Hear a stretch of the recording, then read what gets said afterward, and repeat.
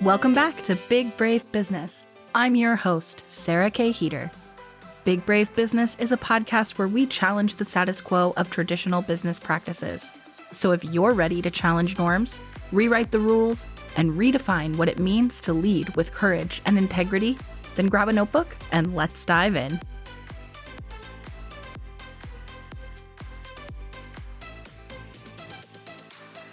Welcome back to Big Brave Business. I'm here with my new friend, Ati Grinspun. Ati is a personal branding coach and photographer for women who are the face of their businesses. And she's also the host of the BU Brand podcast and BU Brand Live, the event, which I was so blessed and fortunate and grateful to not only be able to sponsor, but also to be able to speak at and attend. So, and I had the best time. And I'm so happy to have connected with you, and I'm so glad we're doing this, but welcome to the podcast, Ati. I am so happy to be here. I feel like we have this new connection that is just like a little seed that is going to start like growing and growing and growing and growing. Yes. And you say so many things that I agree with, but you also say so many things that challenge me and push me. And that's one of the reasons why I knew I was interested to have you on the podcast. And I think that one of the things that I want to do with this kind of Big Brave Business community platform, whatever it is to speak with people who have different lived experiences, different perspectives, and like push me. I'm always trying to be better, a better leader, a better human, a better version of myself, right? And so surrounding myself with friends like you who really help push people to do that. And so I really appreciate that about you. And one of the things that you said at your event at BU Brand Live, which I want to I just want you to recap it, if you will, is this idea of radical, what was it? Radical responsibility. That's what I was going to say, radical responsibility. Okay, phew, I was right. I think I called it something different. I can't recall right now. I gave it like as letters. Was it RTC radical? I don't know. I Oh my do God, have I'm gonna my have to notes, revisit. But the concept is radical responsibility. Yeah, can you explain that? Let's talk So, about so I think, I'm actually, I don't think I have a very strong belief about this, that as women in business, we all can have all these excuses. Life happens. Actually, let's actually talk about right today, right? My kid is sick. He has a 102 fever. Life is lifing. Okay, what do we do? And we always have an option. We always have an option to take our power or to let the circumstances dictate what we're going to do. And I think that the radical responsibility concept, a lot of people talk about it, but bringing it into your life to every microsecond, and I'm talking truly to every microsecond, when you have negative self-talk, radical responsibility. You're not guilty for having the thought, but you are responsible for what are you gonna do after you have the thought. Are you going to accept it? You're not going to accept it. Radical responsibility when life happens, right? And you get to make the decision and you get to call the shot. Am I going to make excuse or I'm going to make it happen no matter what? And I think the reason why I love talking about microseconds and micro decisions is because I truly believe that our success comes back to those micro freaking decisions. How I actually was journaling this morning and I have been finding myself in this kind of almost like a negative self-talk, but because I've done so much personal growth and I'm so positive, it's almost like I've been almost overlooking it.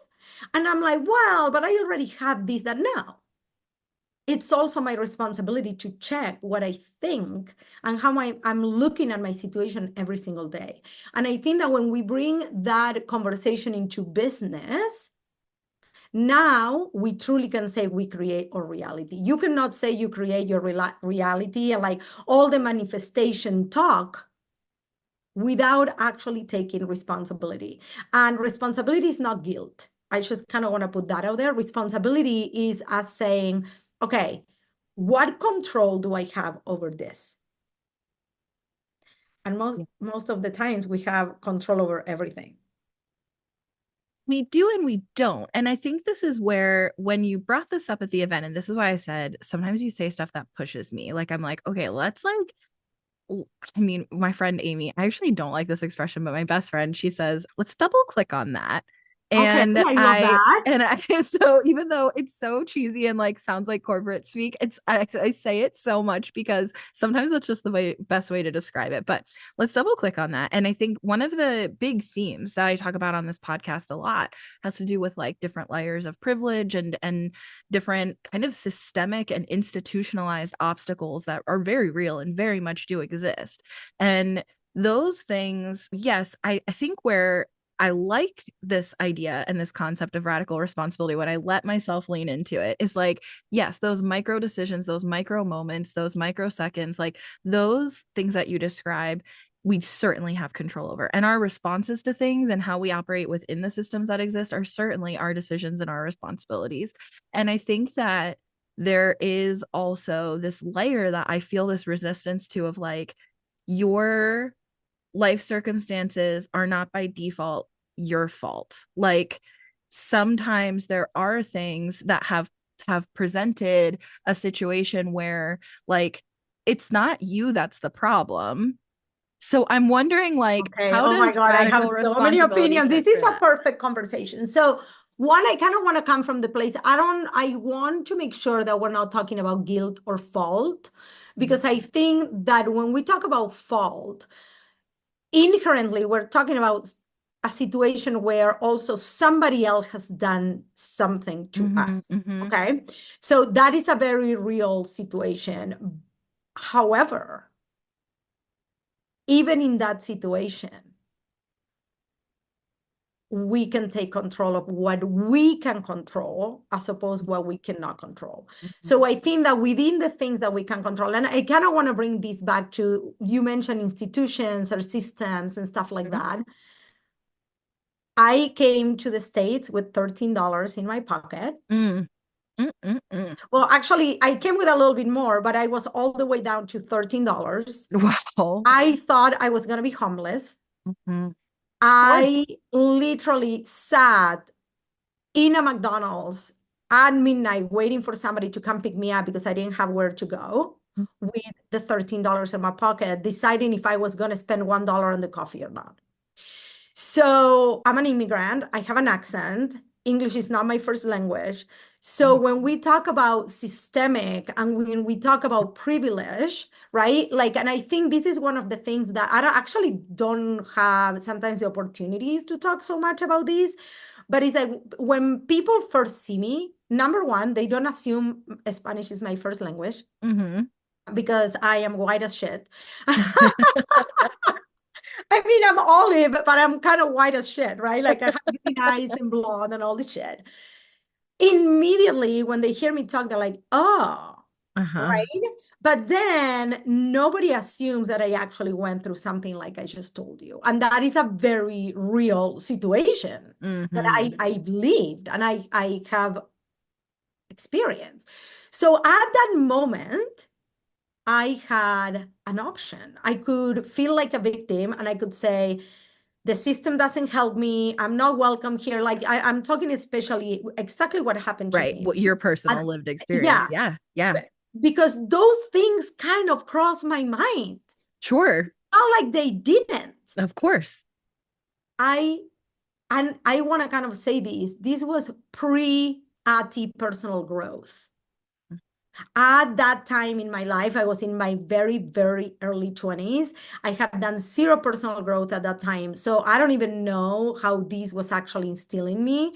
But I know that things like, I cannot stay here, this is not for me, fuck this shit, all the things, right? But then I was like, does this define me? Mhm. And it doesn't. Even like I had for many many years, I was hiding behind shame. I was not going to go there. You're going to think I'm crazy right now, but I'm going there. I hid behind shame that I didn't even know I had because I had Mhm. some sexual assault when I was a child. And I didn't even know about this until I was like late in my 20s and I did therapy. And I was so angry because I remember I was driving away from the therapist and I had this thought. And I called her and I was like, is this a thought? Is this a memory? What the crap is happening right now? And I knew because questions that she asked me that this was a memory and we had to unpack so much. And for a long time, I was so, so, so angry. And when I started my personal growth development, one of the things that I did was, is his fault. But at the same time, I have control over how I feel. I have control over what I do to get over the feelings, the shame that I have. And that is what I'm talking about when I talk radical responsibility. And I think when we talk about it in business, it's kind of like oh, well, radical responsibility. But now when we start talking about deep, deep, deep stuff, Right. that's when we realize that the shit that we cannot go in business, I say this all the time, when we start talking about deep stuff, you start realizing, oh, yeah, I got this. Yeah, I totally agree with that. And first I just want to honor like so much of your story that you shared, and thank you for sharing so many layers of your story already in the first couple of minutes of this conversation, and also for touching on that kind of aspect of it, because I think especially with the kind of framework of the topics we usually cover on this podcast, we have to address this part of it, right? And what I love is that the way that you framed the part that made me go, oh, I get it, in the room at BU Brand Live, is you said, and I'm paraphrasing, but essentially there's always stuff going on. And I remember you said, look around you. Every single person in this room has stuff going on. We all have shit. We all do. And you have a choice. So because you're always gonna have shit. There's always gonna be There's something always that's going on, and everybody's shit is different. But when you have shit going on, you have the choice. You can either do the damn thing or not. And yeah. I literally at the event wrote it on my hand to do the damn thing because I wanted it to stay with me, because it's something that comes up in all of our lives in these microseconds with decisions, et cetera, as you were describing. But also, it comes up all the time for me as a podcast producer when I have people who say, this isn't a good time. I want to do this. I see the vision. I have this idea, but like, not right now. It's holiday season. Not right now. I have a launch. Oh Not my right God. now. My kid is sick. And it's like, there's always going to be, it's There's never going to be a always. good time. And so I'm going to give you an example, right? Yeah. Today, like half an hour ago, I could Yeah. have said, oh my God, we're running around. We were putting like cold presses on my kid's Oh, forehead, right? And Kayla was like, do you want me to reschedule with Sarah? I was like, no, I'm going to do it, right? Because postponing things, all it creates also is this baggage, is this mental baggage. So even when you're not doing the damn thing, I bet you that we're thinking, I could be doing better. I could be doing this. I could be doing that. Oh my God, I should do this. I should do that. And now it becomes this like mental heavy, it's like a mental weight, right? That also doesn't let you do the thing that is in front of you either.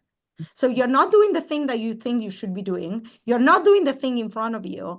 And now you're wondering why your business, which in this podcast we're talking about business, why it's not moving. And one thing that I want to say is like the reason why I love the concept of the microseconds is because it's when we realize that we're putting some sort of excuse, realize, realize.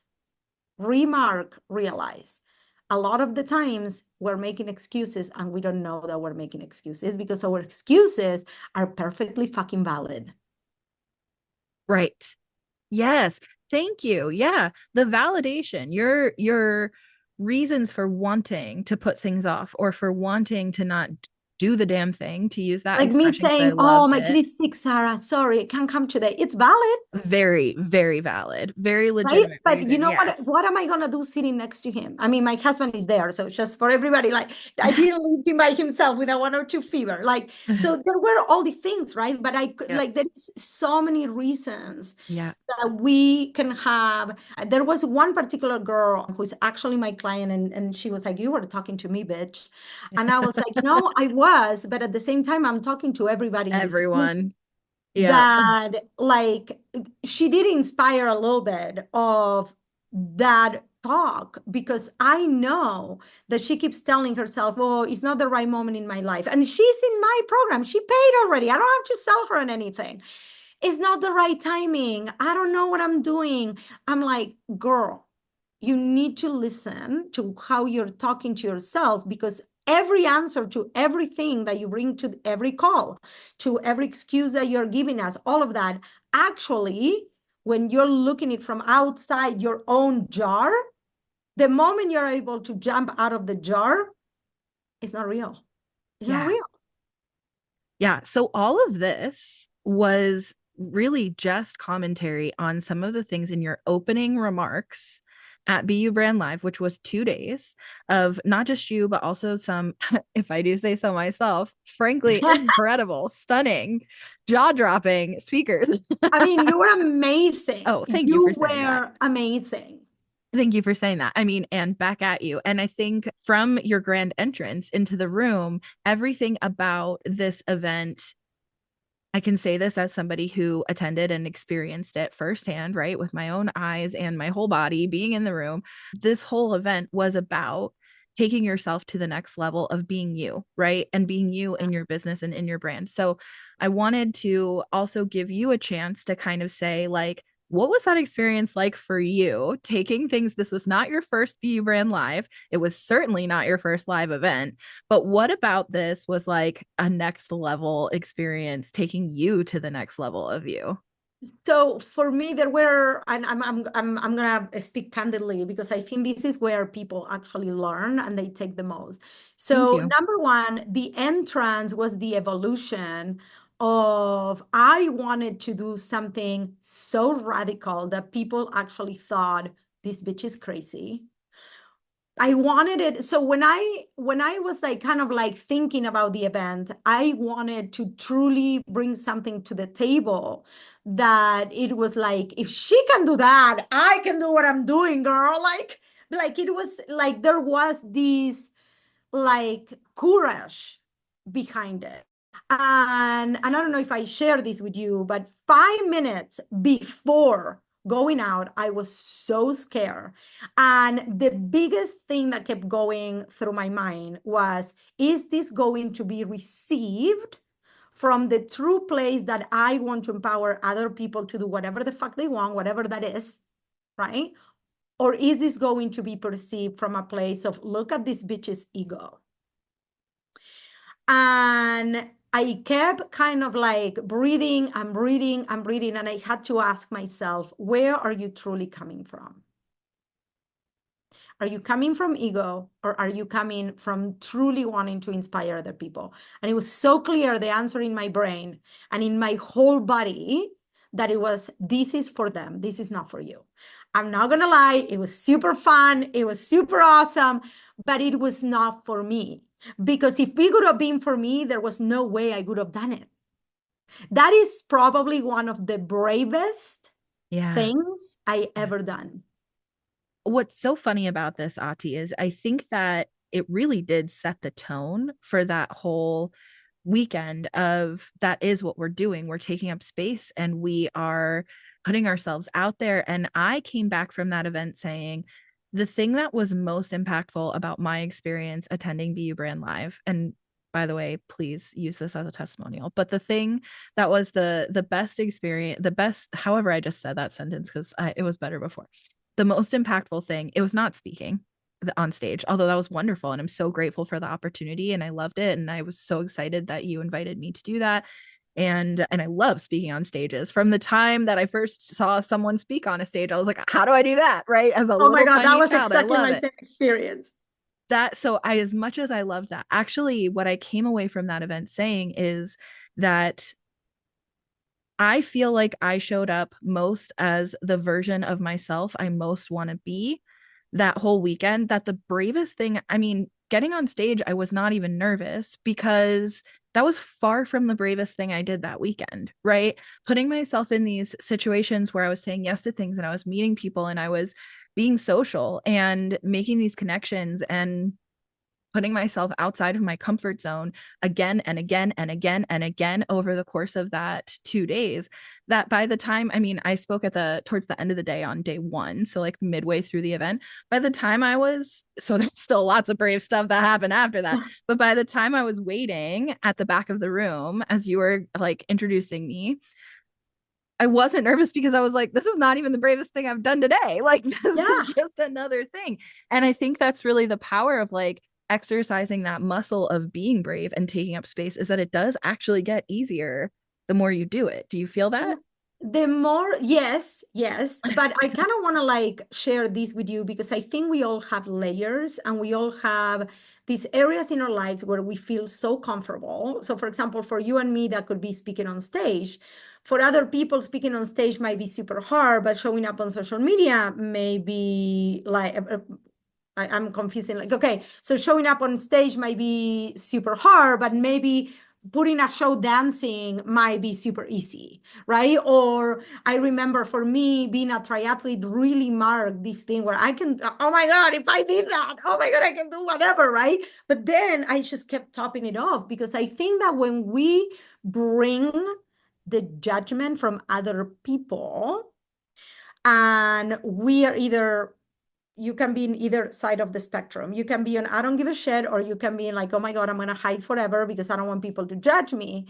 But when you actually bring that into the equation, things get a lot harder.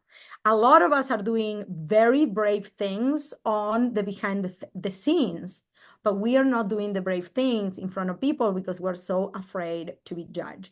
And in this time and age, the brave things in front of people, podcasting, speaking, building your brand online, whatever it is that you're taking on, that is what is going to put you in front of people to grow your business. So I think that for me, one of the biggest things in my experience, the more I become me, and I see it with all of my clients and the people that come to the event, and I see it over and over and over, the more you become you, things get easier.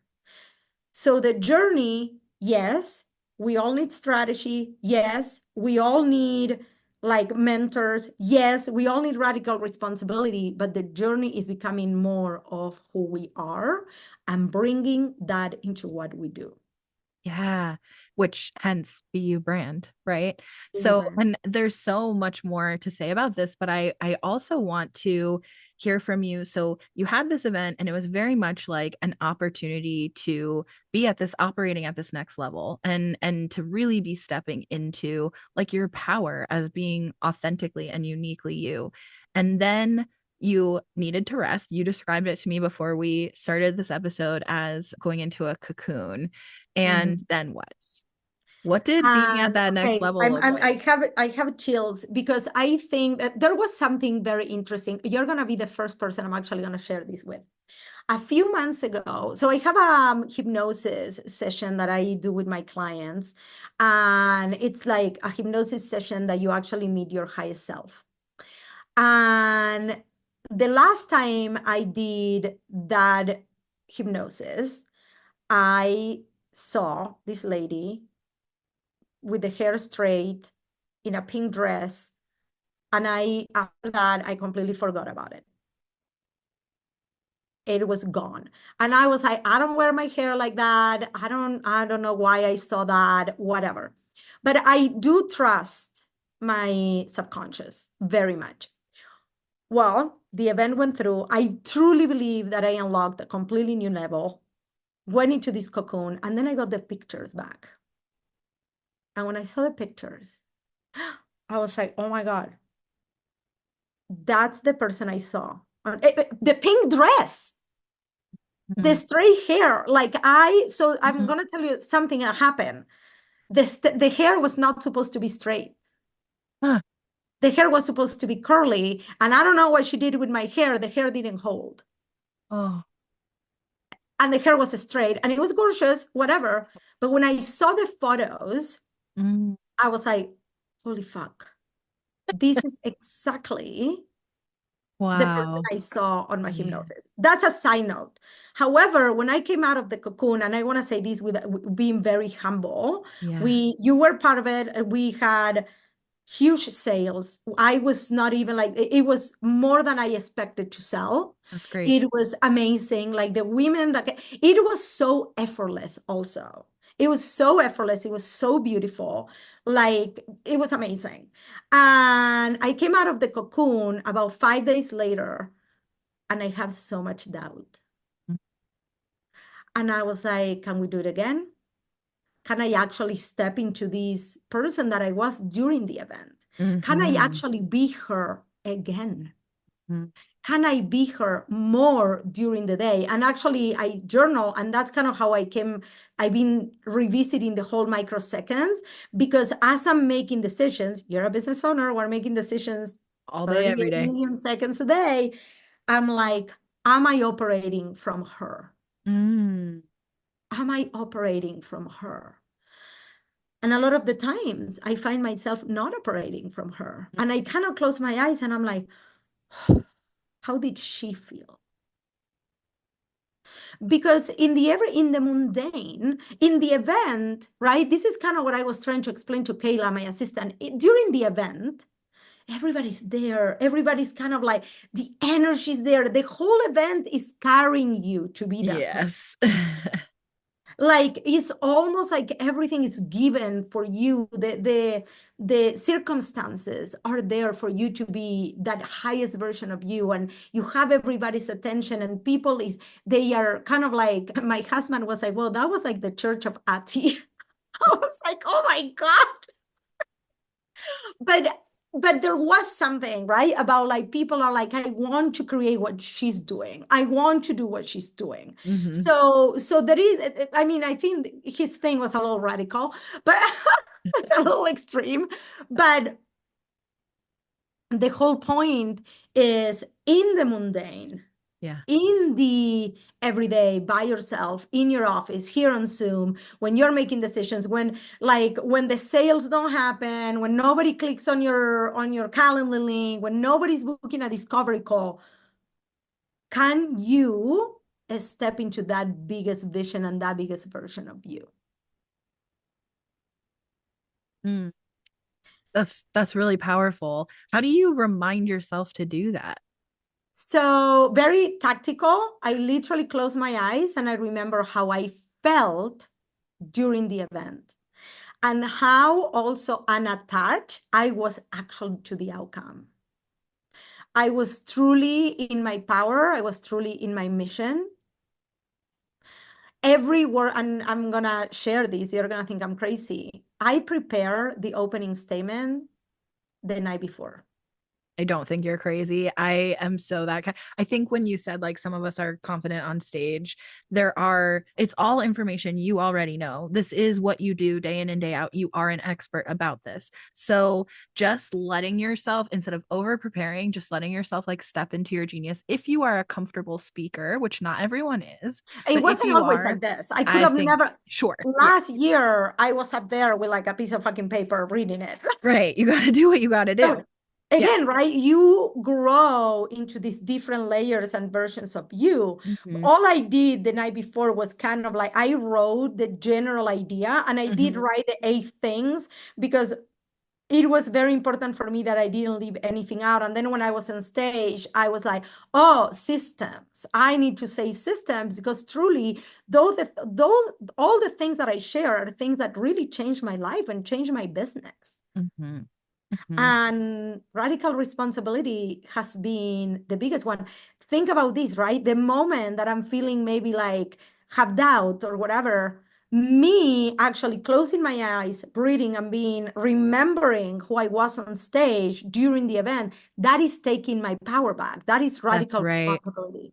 It's closing your eyes and putting yourself back on that stage with your straight hair and your pink Mhm. dress and not sitting in McDonald's in the middle of the night wondering if you should spend that dollar, right? Like Yes. you have the choice in that moment of which version. That's all you, and that's all part of your story. And you wouldn't be you today if that wasn't your story. Mhm. And you have the choice to step back into the version of yourself you most want to be, or a version of yourself you've been before, but you've been working your ass off to move forward from, Yeah. right?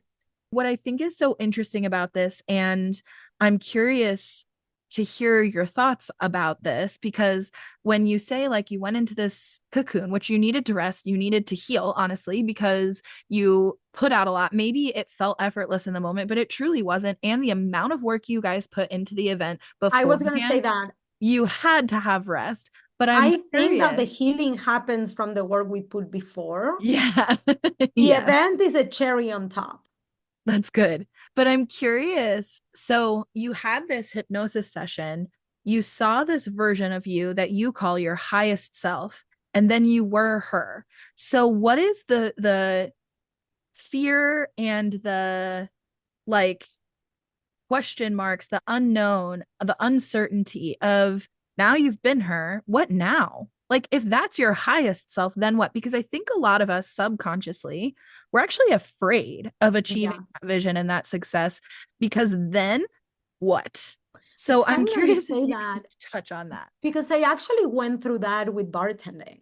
Mm, So I got to a point where I was working in this job, which also what happened is when I left that world, I was, wow, that was like really small. But I didn't see it. It was the biggest thing that I have done and the biggest thing that I known, right, when I did that. And I didn't really had a vision to what else. Like I didn't even know. So my thing was I left. I'm so glad that I left because I found my path. But one of the things that I will say is kind of like looking outside of our realm. I wanna use a less Google word. So it's tactical. So so most likely everything we are doing, we saw either somebody else doing and we aspire, like we said, oh, she's speaking, how do I do that? And I actually touched on this, I think, on day two. I believe I touched on this, but is we need expanders. We need to look outside of our immediate friends, immediate biz besties. Even so, for me, it's actually putting myself in rooms where people are doing bigger things than me. So, what are the people that are hosting? And I don't know yet what do I want this event to look like next year, right? There is so many directions to go. You can keep an event. We had, I think, 80 women in the room or 85 women in the room.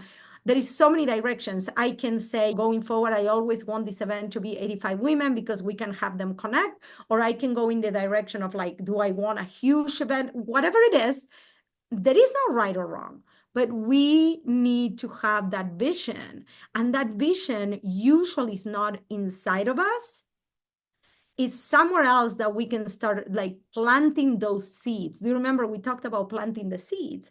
Because I don't know you, but I didn't grow up with my mom hosting events. My mom actually opened all these businesses. She was never successful. She still carries with herself a little bit of that bitterness. And I went through a lot of time thinking that I was going to be just like her. And I had to do a lot of inner work and look at proof that actually there were women that were very successful, that were women that were putting these events and they were loved and they could do it with a heart of love, right? And collaboration. So I think that the what's next is always the highest version of you for where you're at now. I think that now there is definitely a highest version of me. I haven't actually done that meditation. I think that I need to do it again because there is always a new version, and that version doesn't necessarily maybe the highest version. So this is with all transparency for me. What I'm craving in this season of my life is the same amount of success I'm having working less. I want to work less. I want to have more space. I want to have more empty mornings and empty evenings, right? And empty. So maybe my highest self just knows how to do that. It's not always about the success that we're bringing to business or the money or Yeah, it's interesting because I think there's like a pretty big push right now for, of course, for working less. That's not really new. Like the whole concept of like a 4 hour work week or whatever it is of like how do you work less and achieve more. I think for me personally, I would like to be less busy but still working, and honestly Yes. even working as much. I want to do work. That is what I feel like I was put on this earth to do, is to do things. And I mean that sounds so like, I don't know, hard to define, but to do things that matter and to do work that pushes things forward and makes people and the world and my communities better. Like I do genuinely believe that, but I think that if I was less busy in the work that I'm doing, that I could do a higher level of work, right? Okay, I So love that description because that's how I feel too. I feel like a lot yeah, of the times I'm spending, I mean, I feel like I'm spending a lot of this time in things that anybody else can do, as right, opposed to the things that are on my zone of genius. But I think that even though people are like, yeah, but you have this multiple six-figure business, I'm like, I don't know who told you that multiple six-figure businesses take multi six figures home. But I mean, we run a very profitable coaching business and we right. are a small operation and all of that. But I still want more, right? I want Yeah, impact. absolutely agree. I want Absolutely more women agree. in my programs with me being able to actually be coaching more, right? And not maybe like marketing more or like Yeah. so I think that those are like I want more moments like the event. Yeah.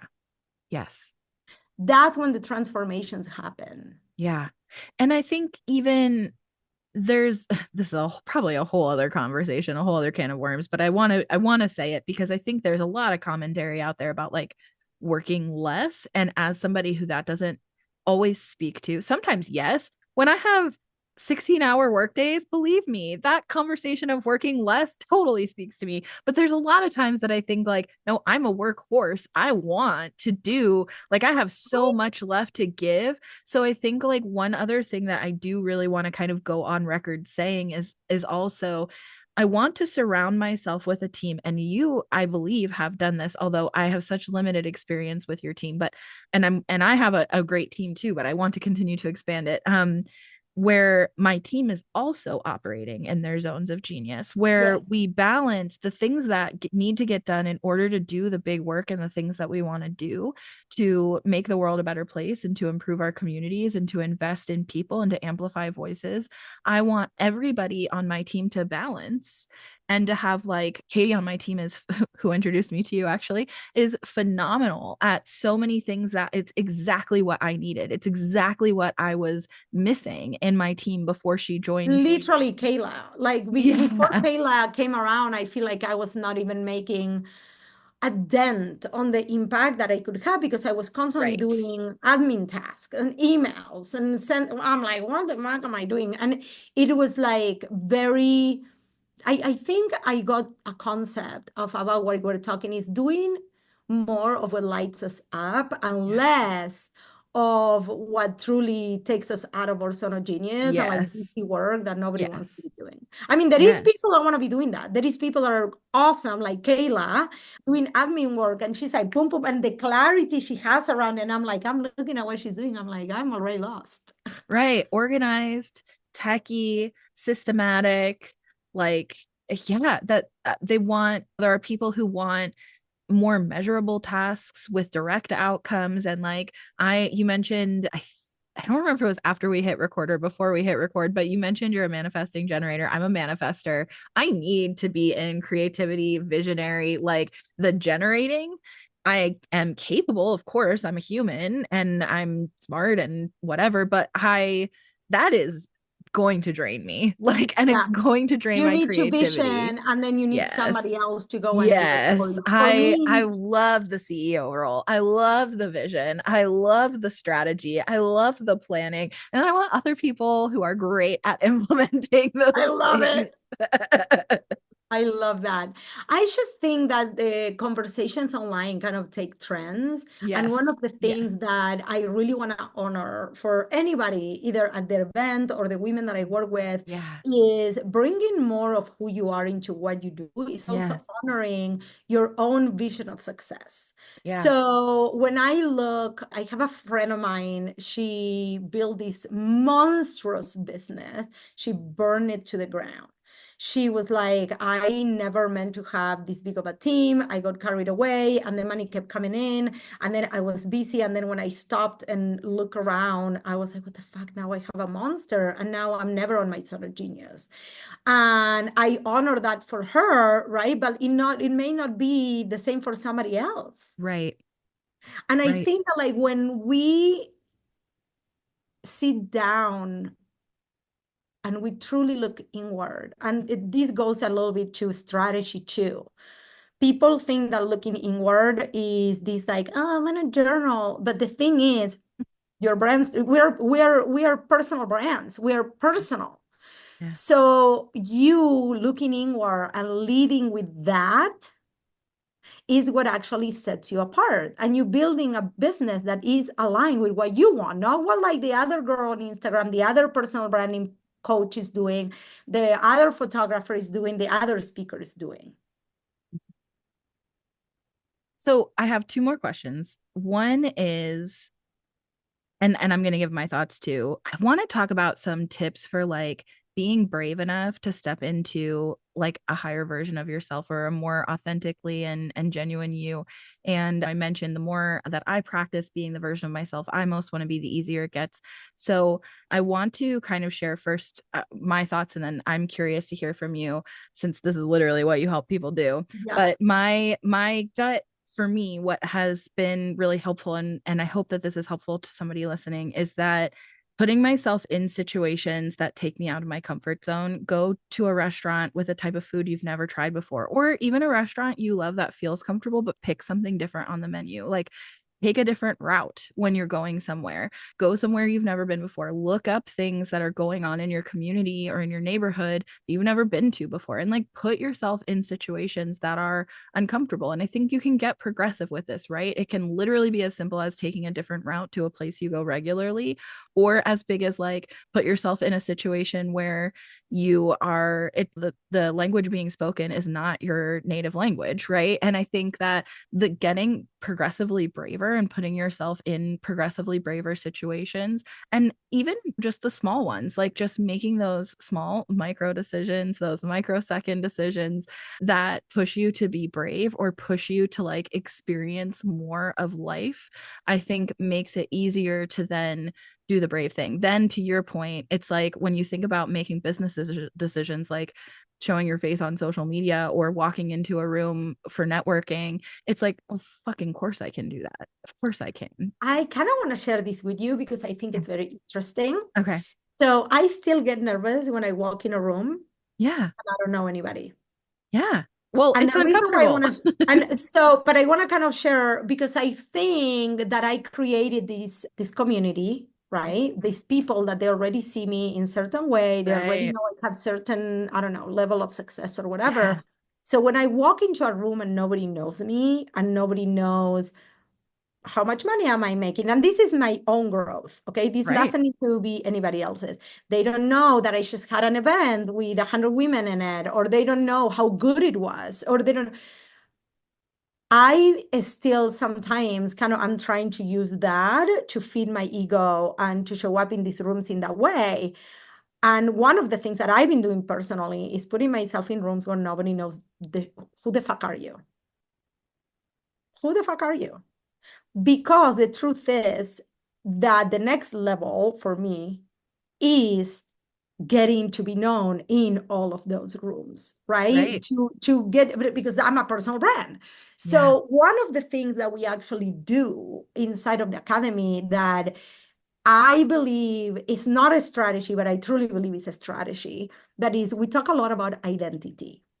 So identity, what I tell people like to do is like, there is probably these thoughts that you have on the daily. I wish I was.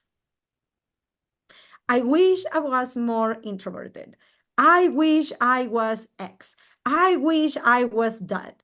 This is the thing. The only thing that separates you from the I wish I was X, right, is the I wish I was, instead of stepping into that and testing it and really start trying it, which it kind of goes back to the same thing that you just said. Now, the strategic part that we do is we write it down. We write down, because I guarantee you that if you start paying attention inside your mind, you have a vision of who you are today, but you have a vision of who you want to be. Like if you took yourself out of your body and you looked at the version of you that you want to be, who would that be? How is she acting? What is she thinking? How is she feeling in these situations? And then you literally dissect every part of your life. And some things we truly don't have control over. I don't know if you saw my stories, but I am dealing with some health challenges, that nothing crazy bad, but it's changed my life significantly. I used to do Ironmans, and I used to run and bike and like swim, and I can run and I can bike right now. And so I was talking about this concept of taking my power back and be okay, I cannot do that, but I do have control about walking. I do have control about going to yoga. I do have control over meditating and keeping my anxiety around that in check. So even though when we think we don't have control, right? Radical responsibility, you do. You can take your power back. And this is what really shifting your identity is.